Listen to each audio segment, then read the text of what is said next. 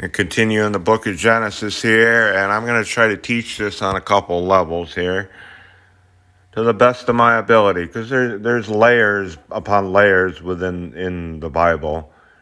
When you go back to the manuscripts into the biblical Hebrew, it's not only a fixed language. I know man tries to alter things like Cain being the child of Satan.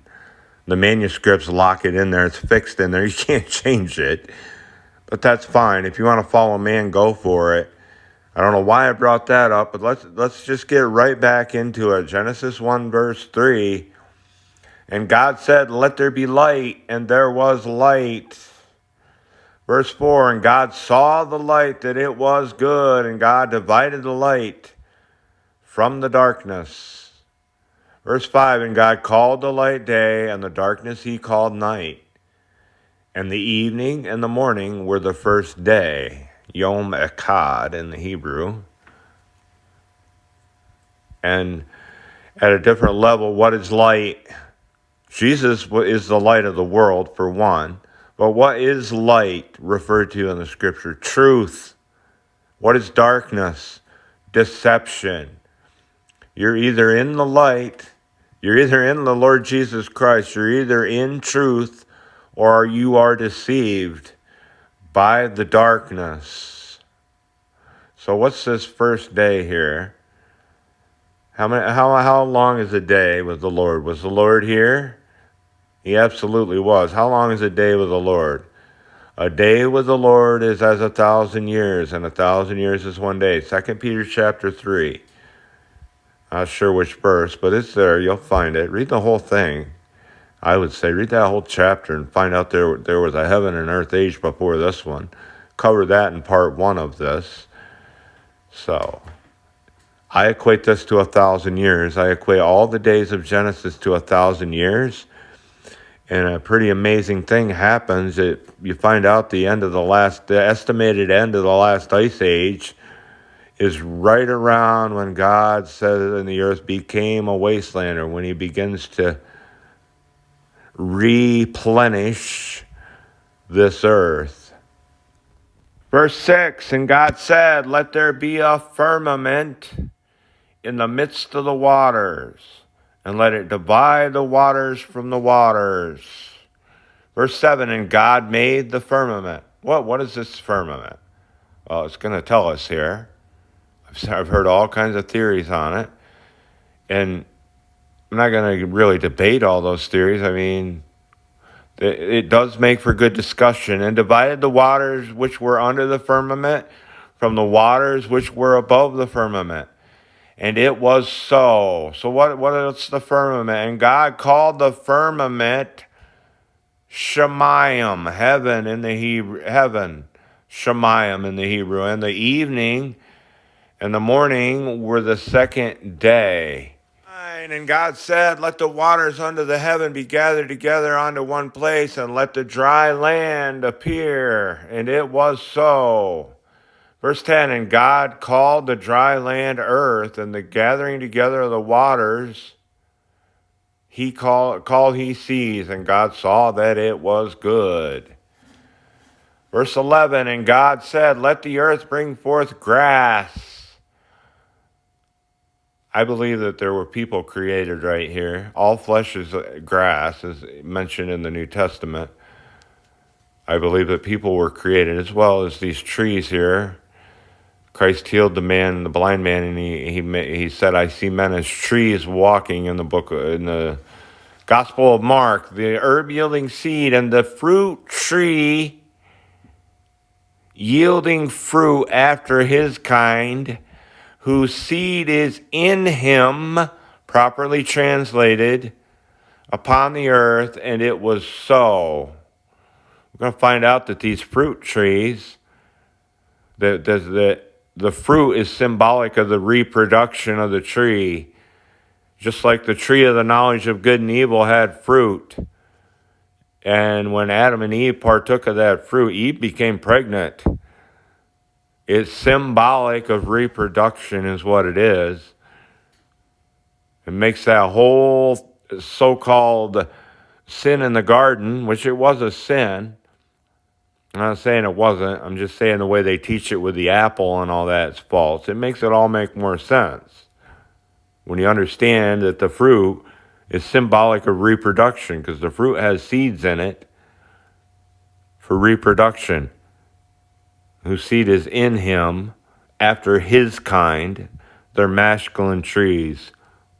Hebrew documents that. I know man wants to change these things, but you can't change the manuscripts. Verse 12, and the earth brought forth grass, all flesh is grass, and herb yielding seed after his kind, masculine again, and the tree yielding fruit whose seed was in him, properly read directly from the Hebrew.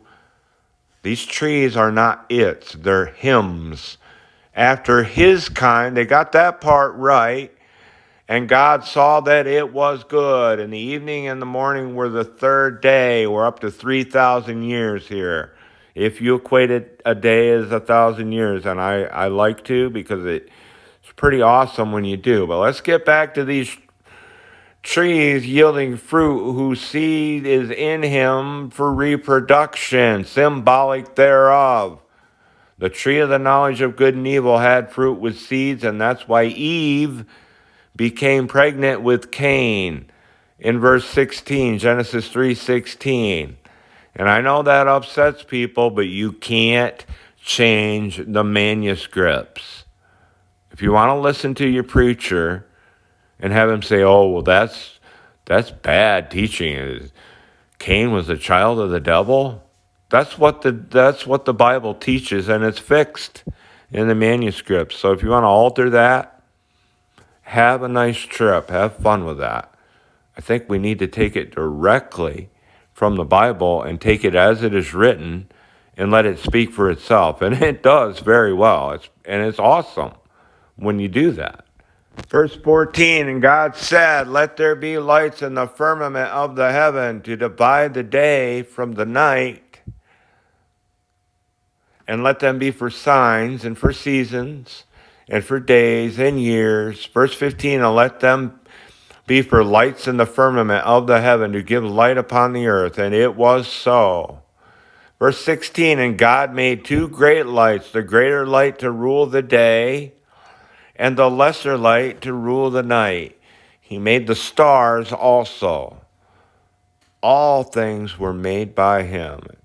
And by him nothing was made that was made. John 1, in the beginning was the Word was with God, the Word was God. All things were made by him.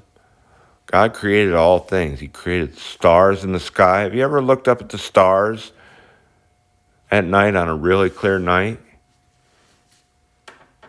You want to talk about the fear of the Lord is the beginning of knowledge from Proverbs chapter 1. That word fear means to revere, reverence the Lord. The reverence of the Lord. If you look up in the sky at night on a clear night, and you can't reverence God for his creation and be in awe of it, something's not right. Verse 17, and God set them in the firmament of the heaven to give light upon the earth. Some biblical Hebrew scholars will translate firmament as a sheet and equate it to the expanse that you see at night of the stars. I don't know if I agree with that. Verse 18, and to rule over the day and over the night, and to divide the light from the darkness. And God saw that it was good. And the evening and the morning were the fourth day. 4,000 years here. If you equate it to a day as 1,000 years. And again, at a little bit deeper level, to divide the light, the truth, from the darkness, from the deception. Good and evil, if you want to equate it that way. Verse 20, and God said, I'm going to correct this verse here. Let the waters bring forth abundantly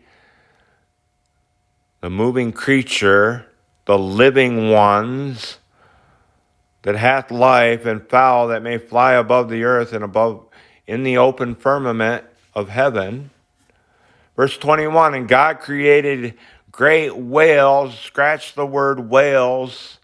The word in the Hebrew means an animal that lives in the water and out of the water.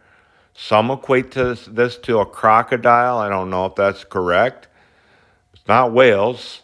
And every living creature, again, scratch the word creature, and all the living ones that moveth, which the waters brought forth abundantly, after their kind, and every winged fowl after his kind, and God saw that it was good.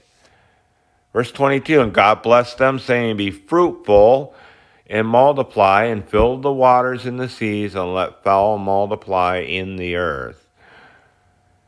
I really can't help but go back to verse 20 and 21 and explain that these verses should be translated a little better here. And I'm going to go to something on my computer and read them better for you, because they don't fly with me. And verse 20 should read, and God said, the waters will swarm with swarmers of living souls, and flyers will fly upon the land, upon the face of the sheet of the skies, or the firmament of heaven. In verse 21, and God shaped the great crocodile and all the living souls, the treaders which swarm the waters to their kind, and all the flyers of the wing to his kind, and God saw that it was good. It should read that way. And to this day, I don't understand what the translators were seeing there, because they skipped right over things. The word souls, for one. Verse 23, and the evening and the morning were the fifth day. We're up to 5,000 years here. If you want to equate a day as 1,000 years. Verse 24, and I'm not going to read the King James. I'm going to read it directly translated from the Hebrew here. Verse 24, and God said, the land will bring out living souls, not creature. One of the worst translations in the whole Bible. To her kind, beasts and treaders and living ones of the land to her kind, and he existed so. I don't know if you're following the King James and you're listening to what I'm saying. It's not correct. And I won't let it fly. Verse 25, I'm going to read it from the Hebrew again. And God made living ones of the land to her kind, and the beast, behemoth. See, beast is different. It's not kai, living. It's behemoth, specifically beast to her kind, and all of the treaders of the ground to his kind. And God saw that it was good. So there you have it. And there's other verses here that need correction, and I will correct them as we go. You mean there's errors in the King James? Check all these things out in your Strongs. You'll find out that I'm spot on. I'm going to end this video here, and we'll get into we're going to find out in the next video that the races of the world were created on the sixth day. God rested on the seventh day, and then he made the statement that he didn't have a man to till the ground. And then Adam was created, and from Adam, Eve came into the fray. So, and we'll get into that in the next one.